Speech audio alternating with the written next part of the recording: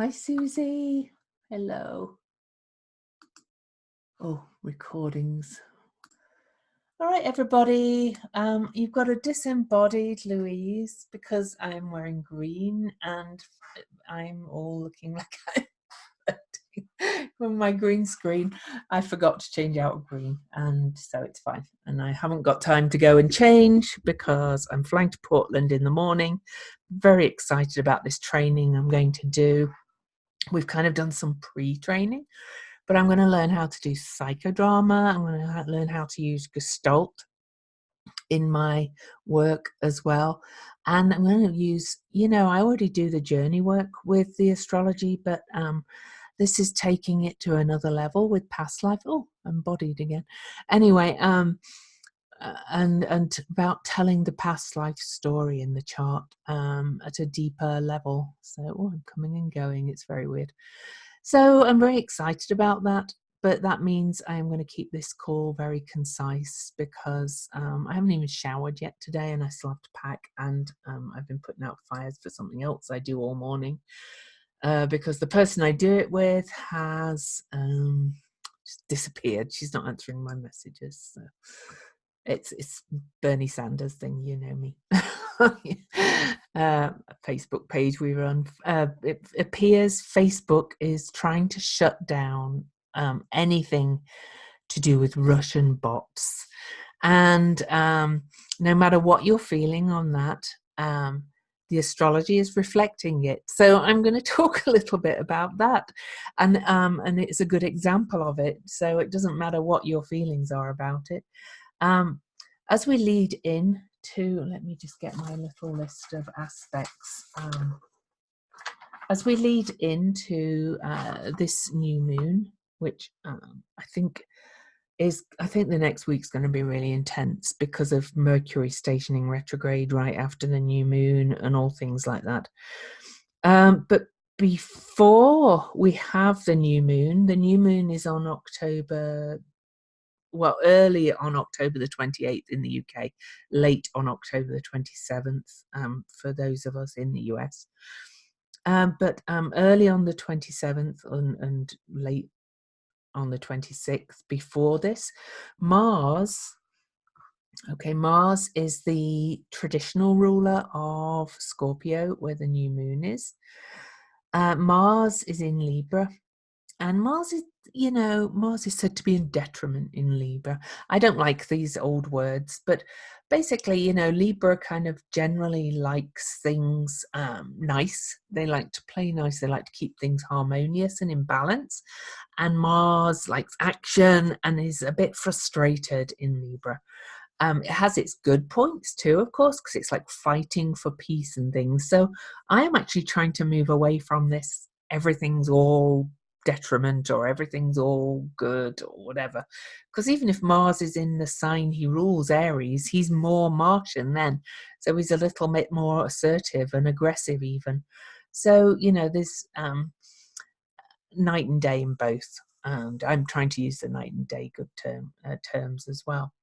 But anyway, Mars is in Libra, and right before the new moon he squares Saturn, and that's a really difficult aspect. Okay. You'll hear a lot of people saying it's like 1 foot on the brake, 1 foot on the accelerator. Well, that's true. You may feel a little bit like that, but there's going to be a lot of roadblocks and technical difficulties as well, and people trying to stop things. And with Mercury stationing as well, that's going to make it even crazier. I just saw, in fact, I'm going to go and look at my friend's post and actually read it to you, because it was an example. It's not about this. Well, she did mention the astrology, but it was just she said literally 2 status quo Saturn in Capricorn structures blew up around her. She said they were not her structures, but ones close enough to home that she felt the aftershocks. I'm not sure what she's talking about, but then she quotes from Marina of Dark Star Astrology, who's I like, but she can be a little bit a little bit on the dark side rather than looking at the good. But I do want to read her words. So she said, the paradox of Mars square Saturn is that once its tendency to explode is mastered, it can be extremely transformational and purifying. So she is looking at the positive for once there. But my point is,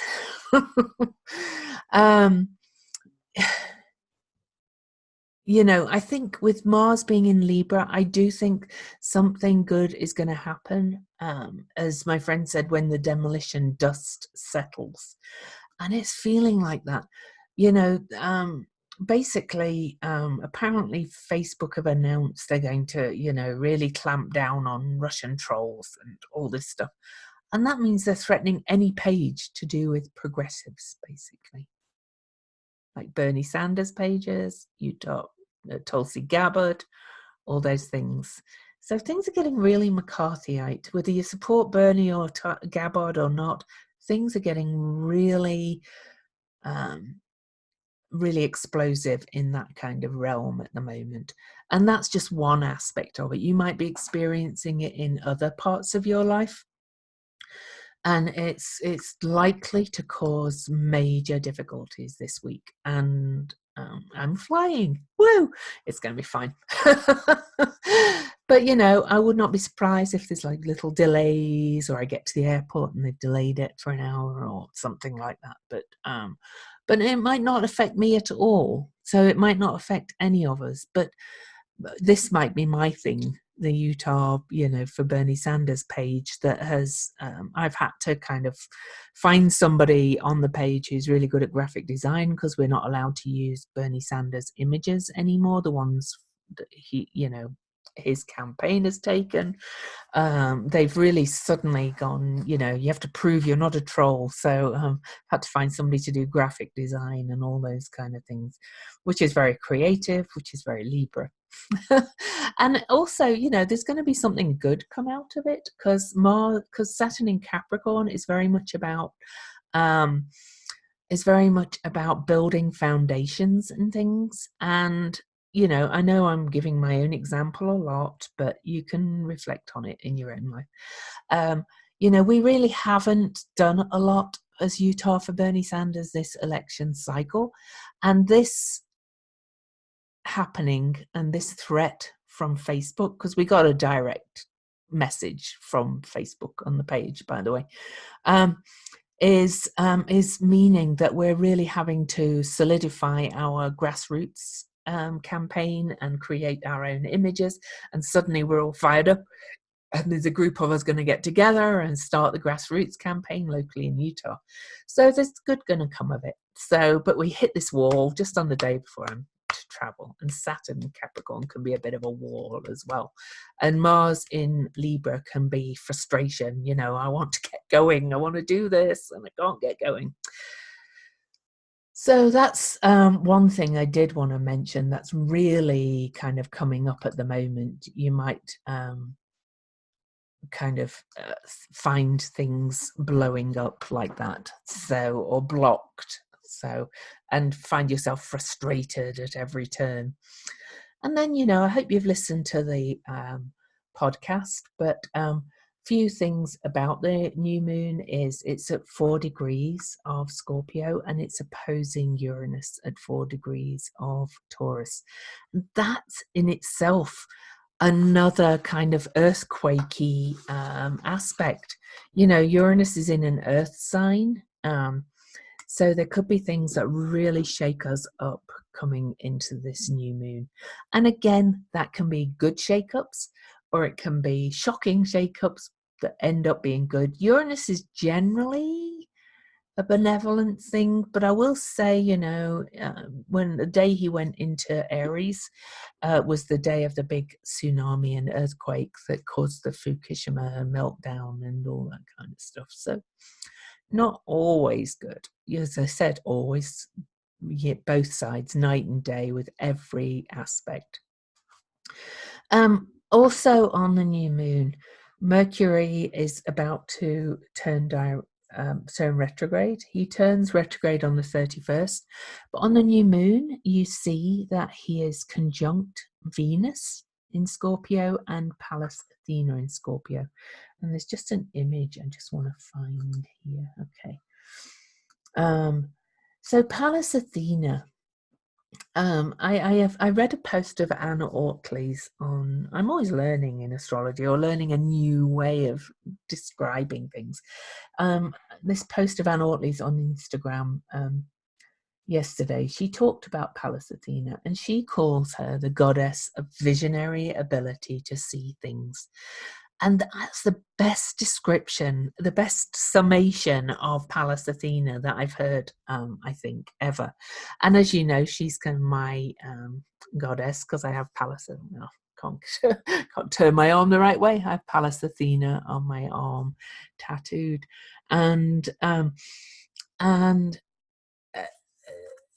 it's with, she said, with Mercury meeting up with Pallas Athena, which they actually did exactly yesterday.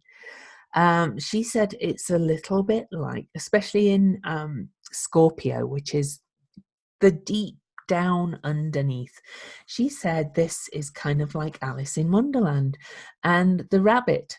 She said, you know, it's very much like following the rabbit down into the depths. So it's psychopomp, kind of death walking, going into the depths of yourself and going on a deep, deep journey of understanding and self-discovery, and having, you know, the goddess of visionary ability to see things.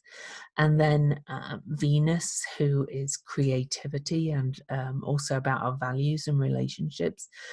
This full moon is new moon, because it's in the dark of the moon too, and in Scorpio and in the witching season, is taking us down the rabbit hole, really. Down that rabbit hole. So I actually have an urge to print off Alice in Wonderland again. You can get it free online now and read it on my flight tomorrow. But she, I think her words again were really good for all this. She said, look for the fairy godmother in your life who comes along and says to you, take a moment to understand the reason for the journey you are on. And here is an important message for you. Stay tuned for big messages from the universe showing you exciting new parts of your journey. Now, this really is referring to this trifecta here, okay? Venus, Pallas Athena, and Mercury, the messenger as well. And interestingly, you know, Mercury is known as kind of the bridge. He's kind of he was kind of neither night or day, neither masculine nor feminine. He's the trickster as well, who tricks us. And he's also the closest planet to the sun. So there's the sun, there's Mercury, then Venus, then us. And so we have Mercury and Venus here. Okay. And so Mercury passes us messages from the very core of the universe, or of our solar system. It's not the universe.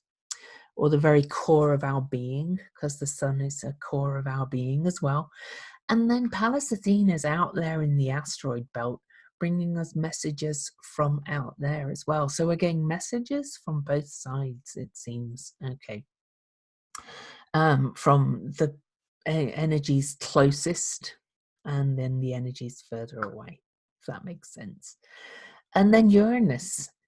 Uranus is the higher octave of Mercury, whereas Mercury is our lower mind, is our physical mind, if you like, our brain and our conscious thought. Uranus is a daily thoughts and things. Uranus is the higher mind. Uranus is like making these connections out there. So, you know, there's a lot of awakening messages likely to come on this new moon. And they're going to probably more likely, well, Scorpio is the other as well. Scorpios are deeply bonded relationships. So they're either going to come from deep inside you, or they're going to come from somebody, you know, who is important to you, something other, or from some magical space. They could even, you know, Scorpio is also the occult. They could even come from, you know, something like a card or something like that, something you're tuned into. But expect the messages to be huge over the next week. Where are we today? We are, oh dear, I should know, I'm traveling tomorrow, 22nd, of course. And the new moon is on, Mercury turns retrograde on the 31st. So I've got really 9 days of intensity, right, going up to the end of the month, to All Hallows Eve, to Halloween, to the witching energy. There's going to be some deep awarenesses come up, and probably some secrets as well, and shocks on this new moon. You know, I would not be surprised if there's some really gnarly shit revealed on the new moon in the news.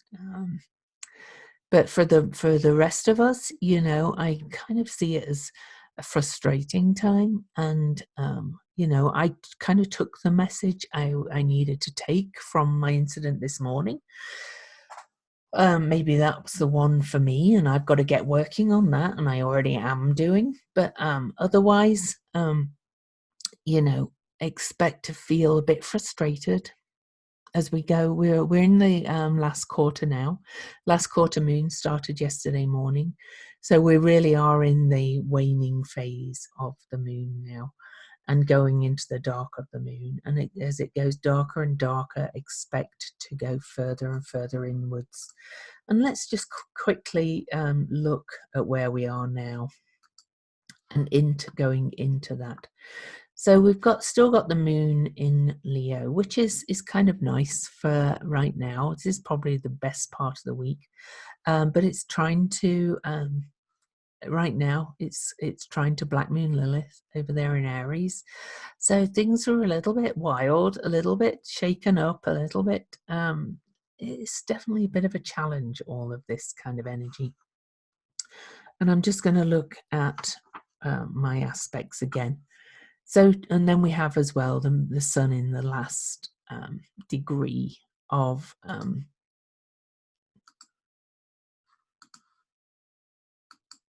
Scorpio, of Libra. So tomorrow the sun enters Scorpio. So you might notice a real kind of shift.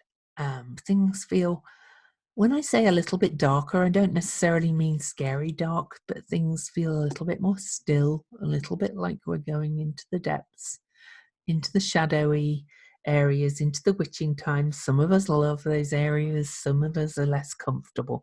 So when I say we're moving into the dark, I wish dark wasn't always associated with bad, because it's not. It's time to kind of swim in those dark realms and deep realms, okay? And they're very magical realms, or can be. So, you know, also tomorrow, Mercury will oppose Vesta over here. And that's, you know, I think that's going to bring up some kind of thoughts and focus around our values again, around money, and around our shared money. And that means our shared in our individual relationships with other people, but also the greater economy as well. 25th or 24th, depending where you are, but it's late on the 24th, early on the 25th, and leading into it, Venus is going to sextile Pluto. And of course, Venus is going to be involved in all this. And that's going to we're going to feel things starting to churn up. The moon will have moved into Virgo. So things will have got a bit more serious, a little bit more detail oriented. And in fact, the moon does go into Virgo on Wednesday. All right. Actually, I do want to, bear with me 1 second. I'm going to indulge myself and see what time the sun actually does go into Scorpio. Because it's very shamanic, scorpionic, the work I'm going to be doing in Portland. And so I will come back to this in a minute, but oh boy.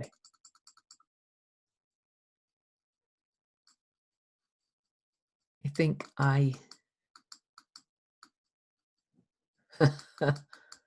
That's going to be fun. Oh, yeah.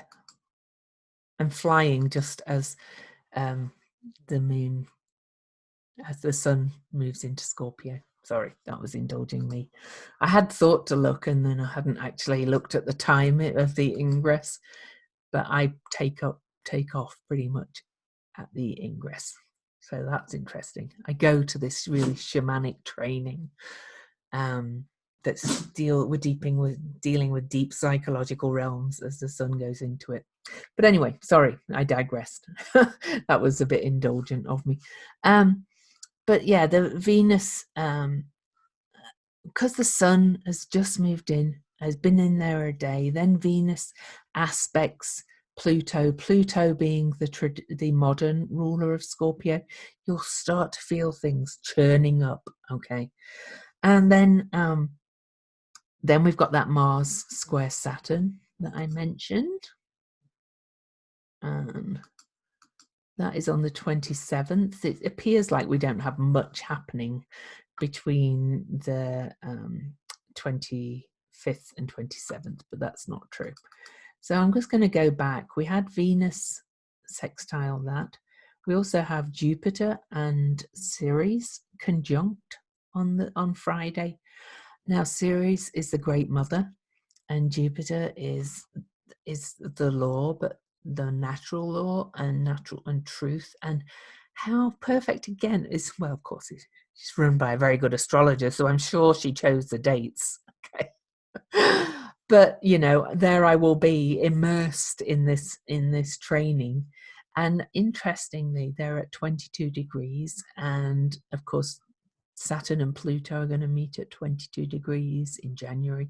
22 has been a recurring number throughout the year. 22, 23, and 24 have all been recurring. So there's the 22 showing up. So that's also bringing up these kind of bigger truths that are going to be kind of burst into the world on this new moon. We're really in some very interesting times. So we had the moon in Virgo, sometime late on Friday, the moon goes into Libra, hits that Mars. I'm not going to concentrate on those aspects, but just to say it's not like we have nothing happening between the bigger aspects. Then we have Mars square Saturn, which I already talked about. Then we have Venus. Venus was at the 22 degree mark as well, but she's going to oppose Vesta as well. So Vesta's getting a bit of things, and she's that flame. Okay. So there's a lot around, there's a lot being aspected around our core values, around the earth, and around our collective values and finances, really, as well. So. And then we have the new moon with the sun opposite Uranus. And was there anything else I want to mention? Then we've got, these three together after the new moon. Venus and Pallas kind of meet and then swap places, and the moon passes all over this as well on Tuesday. Yeah. And then Mercury is going backward. We'll start moving. Oh no, Venus is going forward. Here we go. Let me go hours so you can see how these things take over. I'm going to go back a bit. Oh, not a month. Jesus. I meant to do hour. So I'm going to go back to, okay, there we go. So Venus, and I'm pretty much close. Very early in the morning on Tuesday, Venus and Pallas Athena exactly conjunct. Then the moon joins in. The moon passes. Oh, where's the? Hi, Julie. Hello. The moon passes over Pallas Athena, then passes over Venus, and then look at all this together on Tuesday for all of us, really, Tuesday. And then the moon will join Mercury on Tuesday. Then the moon moves on, but then I'm just going to go forward hours again, and I will point to it when I get there. Venus is really catching up with Mercury. So just before Mercury turns retrograde, pretty much.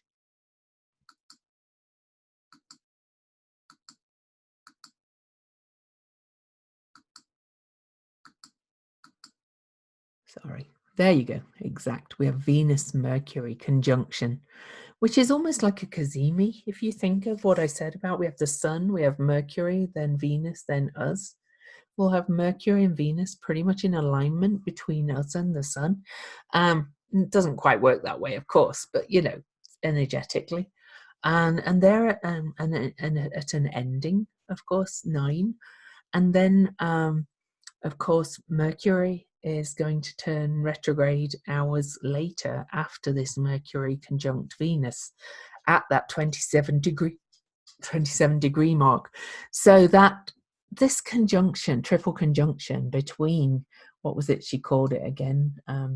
The goddess of visionary ability to see things, and the goddess of beauty and our values and our relationships and love, and with Mercury sandwiched right there, some huge messages as well, you know, obviously from the new moon that we had back there on the 28th.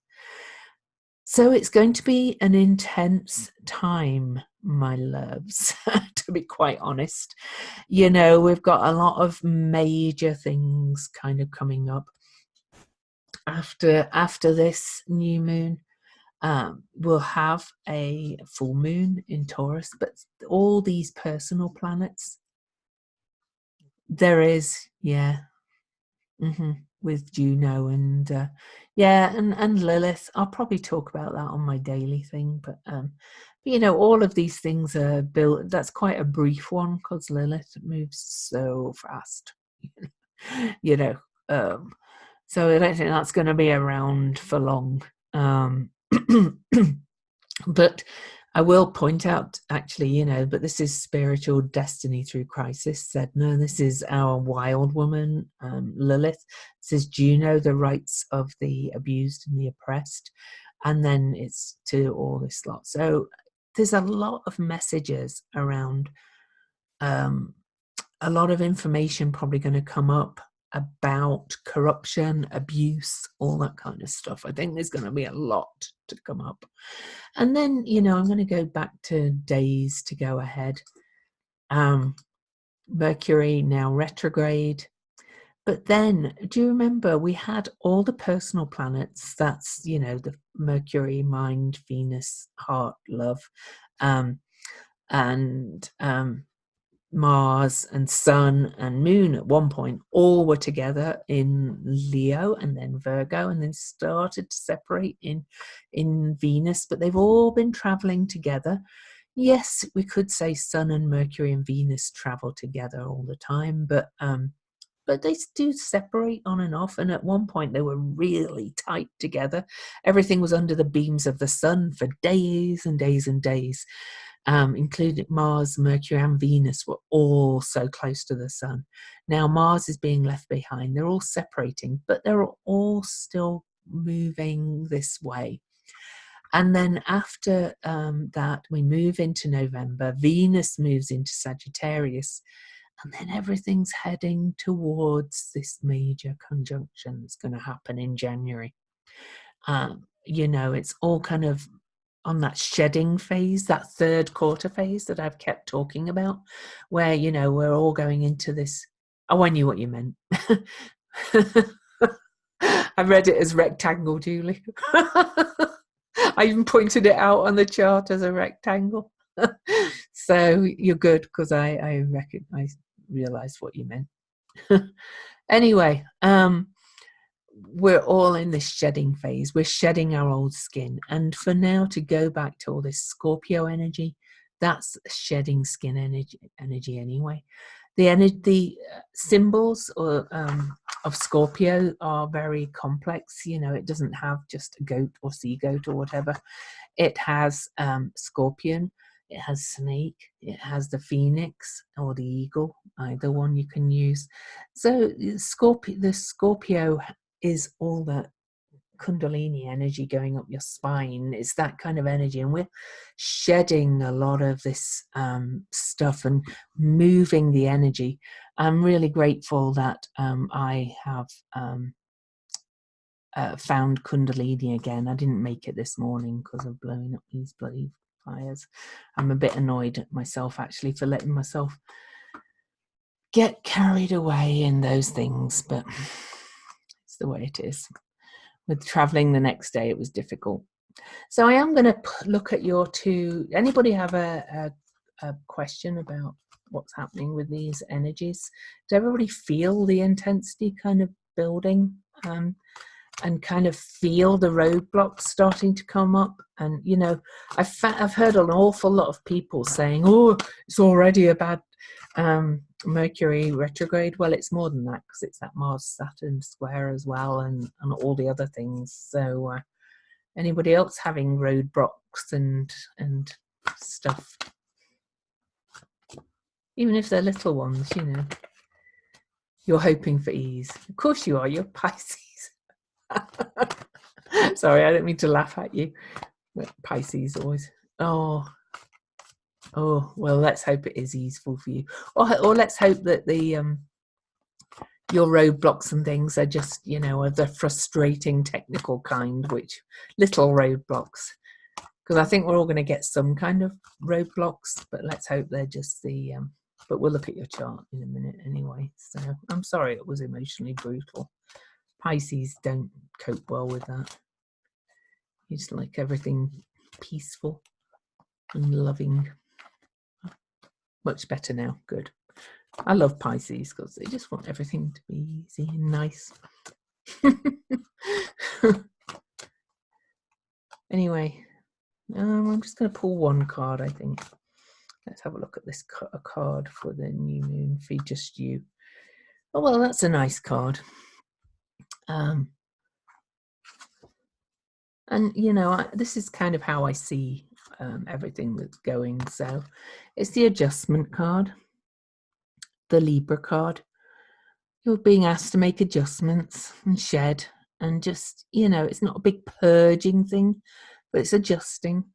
Let me read what the book says about the adjustment card, because it is a major arcana. It's the principle of balance, justice, and realignment. And I want to read you the quote. Know thyself, nothing in excess. The self is required to balance the self. And that's from the Book of Runes by Ralph Bloom.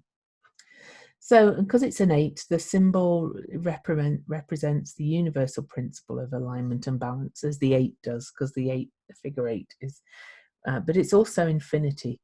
It's also known as the Justice card in most decks, reflecting the need for negotiation. And Sword showed up in yours. Well, okay. So you've got to cut something out maybe then. Or cut to the truth. Anyway, so that is the card for you for this one. You've probably got to cut something out or readjust things just to bring some more balance in your life. Okay. Right, we'll get on with your twos.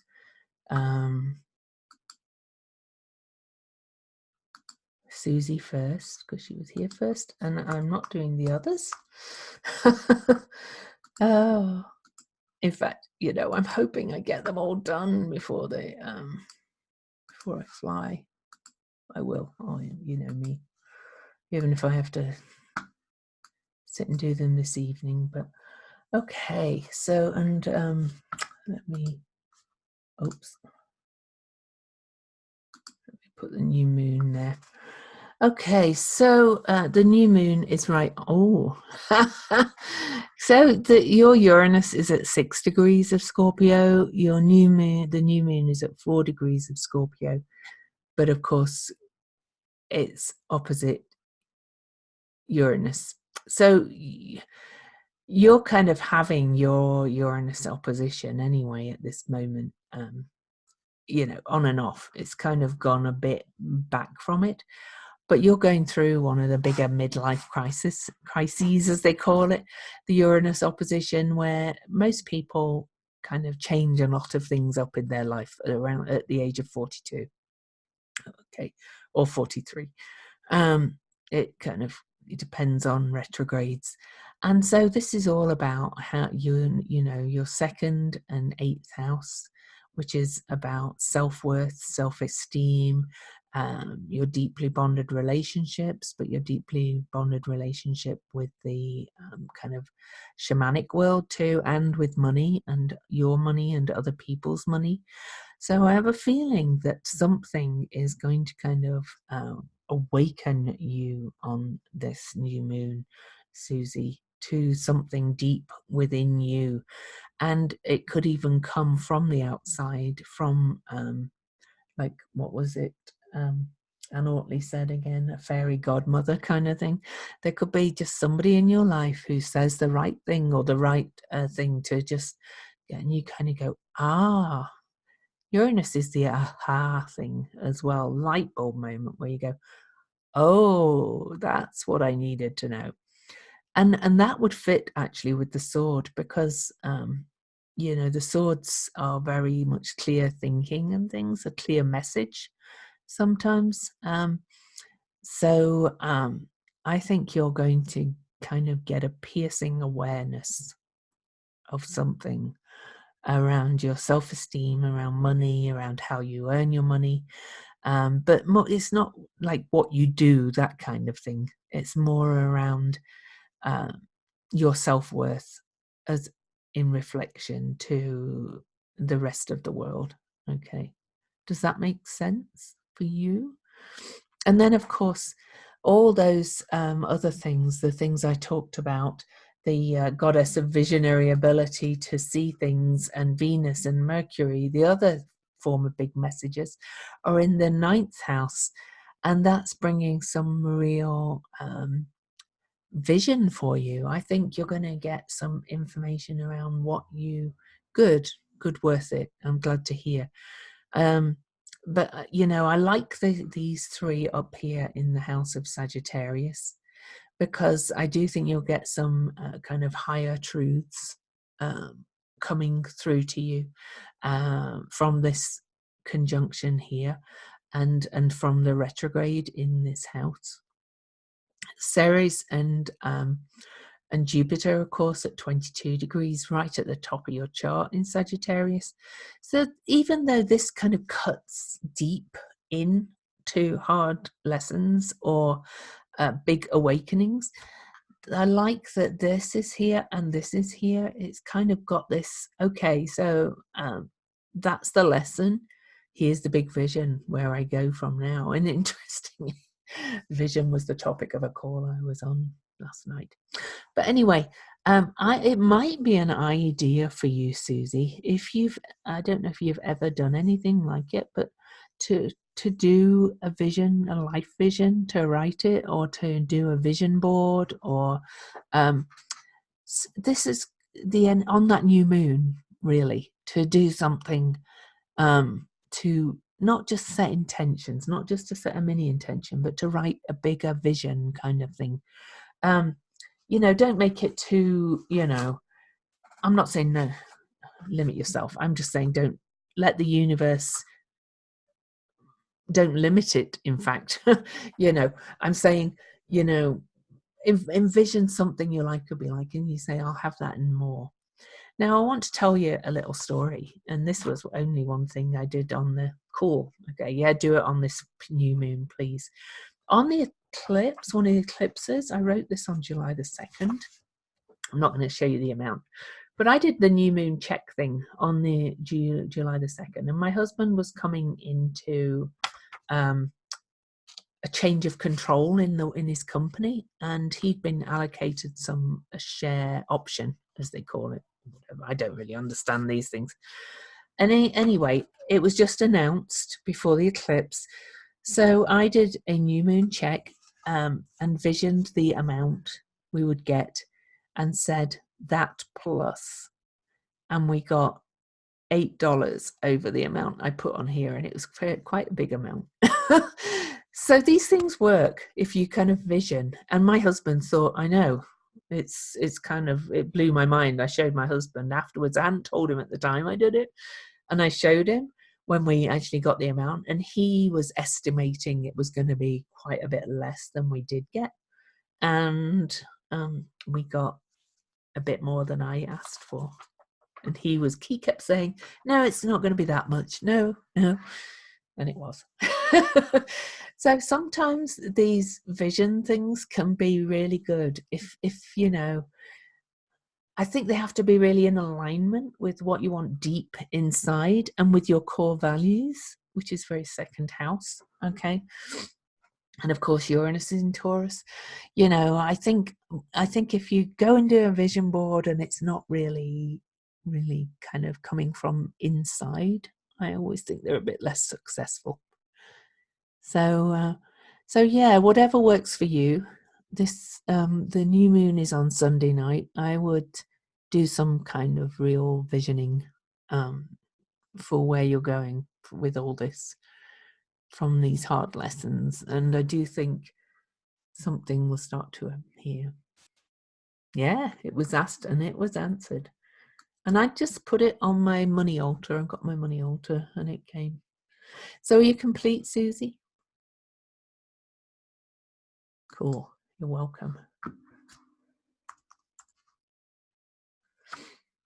I'm still a bit mind blown though when I look at this check that I wrote the universe, and I'm like, whoa, universe, you really did that. Alrighty, so the new moon for you, Julie, is right on your Chiron. I'm going to try and start saying Chiron because I think it is Chiron, the Greek way, but anyway, in your 11th house. So this new moon is something about your groups, causes, organizations, who you really kind of humanitarianism, something like that. Are you involved in kind of any kind of humanitarian or cause, or some group that kind of fights for better things or something like that? Because if not, I think something might come your way on this new moon, to kind of get involved with. There's kind of a big shake-up over here in your creative, and I'm kind of thinking we've got some similarities, but it kind of feels to me like something like a bit of a green group or something like that, get some involved to helping heal, and get involved in some kind of like cause, whether it's marching or carrying picket boards or whatever, it doesn't matter.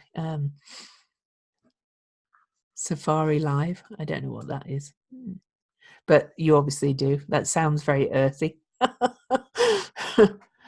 But I feel like it's something either new or something kind of taking off because it's a new moon, and it's something that will really deeply resonate with you.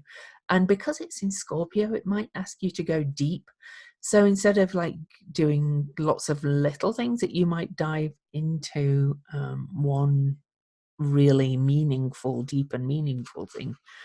So I'd love to hear what Safari Live is if you're prepared to tell us. But it could be that, and there might be there's that fairy godmother thing. You're getting some messages from spirit over here. All of this is on the new moon, is in your 12th house, so it's very much connected with the muse, and very much connected with your own Mercury. Mercury's going retrograde on your Mercury in your 12th house in Scorpio. I think you're going to get some very deep, meaningful messages. Teachers about animals in the wild, Africa, that I love, out of funds and have made a contribution and ideas for going forward. I love it and it's free. Cool. Maybe something more will come of that for you, that you about the ideas going forward. Something I think is going to return with Mercury stationing retrograde just 2 degrees from your own Mercury. I kind of feel like you're going to get some real messages from the muse, the mystery, the collective, whatever, about where to go forward with this. It could feel a bit stalled for a little bit, and during the retrograde. It's only 3 weeks though, and then we'll start to move forward. I think something bits might need revisiting, that kind of thing. But this new moon on Chiron, you know, the key to healing, sorry, excuse me, being in that house of groups, causes, humanitarianism, and then Uranus over here. I think it's something that's probably going to bring you awful lot of joy as well. So yeah, it's got a good feel to that. This new moon does have an ouchy feel to it, I think, overall for everybody, but I do think it's got a big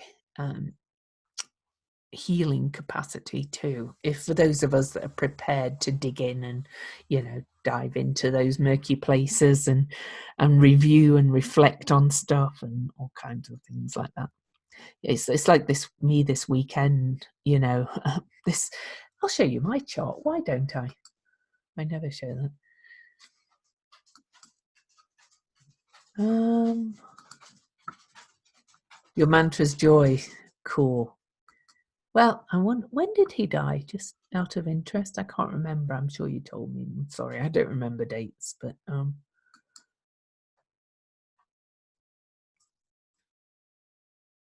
be interesting. Okay, be interesting to look where Uranus was on that, in opposed to your 5th house. I wonder if you picked the mantra as Uranus went into that. You were like, I'm going to shake this off and choose joy, kind of thing.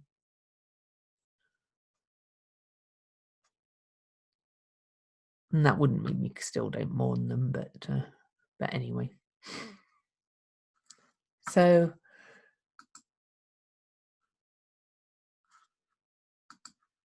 I was going to get the new moon up again. There you go. You can see where the new moon is for me.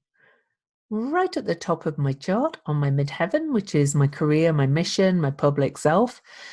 And Uranus right at the bottom of my chart. We're actually not quite sure about my birth time. I think it could be a little bit earlier even, which would mean that this was even closer to it. And here I am, right on the new moon. Well, I'll finish this training, and I have a feeling going into it that some of the work, because we're doing it's very experiential, I have a feeling there might be a lot of tears this weekend. I think it's going to bring out a lot and kind of awaken me to a lot of my own stuff going in it. Of course, that's how we learn. So isn't that interesting? It's right on there. And then, of course, for me, all this trifecta over here is right on my 11th house cusp. So here I am suddenly going, all right, it's time to dive back into Bernie Sanders' world. I laugh at myself. Okay. All right. Any questions before I go? Thanks for bearing with me that it was, you know, kind of a bit more concise, but I still have to pack, still have to shower, still have to do some other stuff and do everybody else's readings too. So I love you and leave you, but thank you for showing up, both of you. Thank you for being here. Yeah, I'll share more when I get back, but I will. Thank you. I'm sure I'll have a great trip. Never been to Portland, won't see that much of it, but I'll see some of it. So, all right, see ya. Bye.